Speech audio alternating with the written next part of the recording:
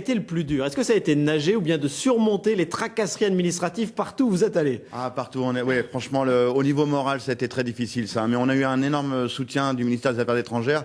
Tous les ambassadeurs, à chaque fois, que ce soit dans chaque pays, se mettaient en action.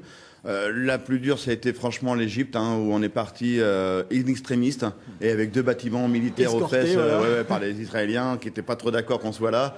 Donc, franchement, ça a été chaud à chaque fois. Et le dernier, bien sûr, la Russie qui a refusé jusqu'au dernier moment. Et donc, on y était quand même. Franchement, est-ce qu'à un moment, vous avez douté y arriver?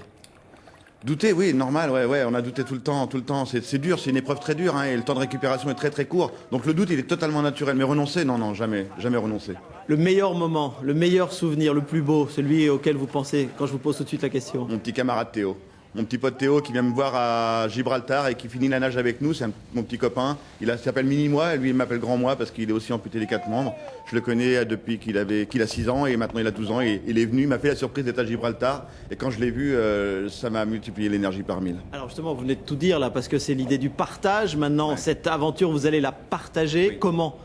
Alors déjà par une diffusion d'un film sur France 3 à 20h45 le 30 novembre. Donc tout ça va aux agendas. 4 heures de programme pratiquement. Hein, ouais, pratiquement 4 heures de programme. Ça va être vraiment une très très belle soirée sur le programme Thalassa, hein, France 3. Donc le 30 novembre à 20h45. Et bien sûr, continuer à aller dans les entreprises, les écoles et faire passer le message que le handicap n'est pas une fin en soi et que c'est que le début d'une nouvelle vie. C'est facile à dire aujourd'hui parce qu'il y a un long parcours de vie derrière, il y a 18 ans. Et donc, mais aujourd'hui, j'aime bien ma vie, j'en ai fait quelque chose. Et vous avez en projet de faire un livre?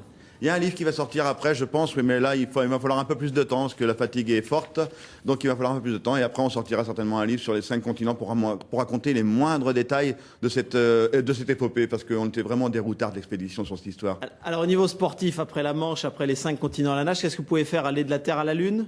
Écoutez, on a traversé tous les océans, toutes les mers. Il paraît qu'il y en a une qu'on n'a pas fait. C'est la mer de la tranquillité, mais elle est sur la Lune. Alors, je désespère pas. Il paraît que tout est possible. Je serai peut-être la première personne handicapée dans l'espace. On sait jamais. On verra bien. Mais pour l'instant, c'est beaucoup de repos et de continuer à discuter sur le handicap.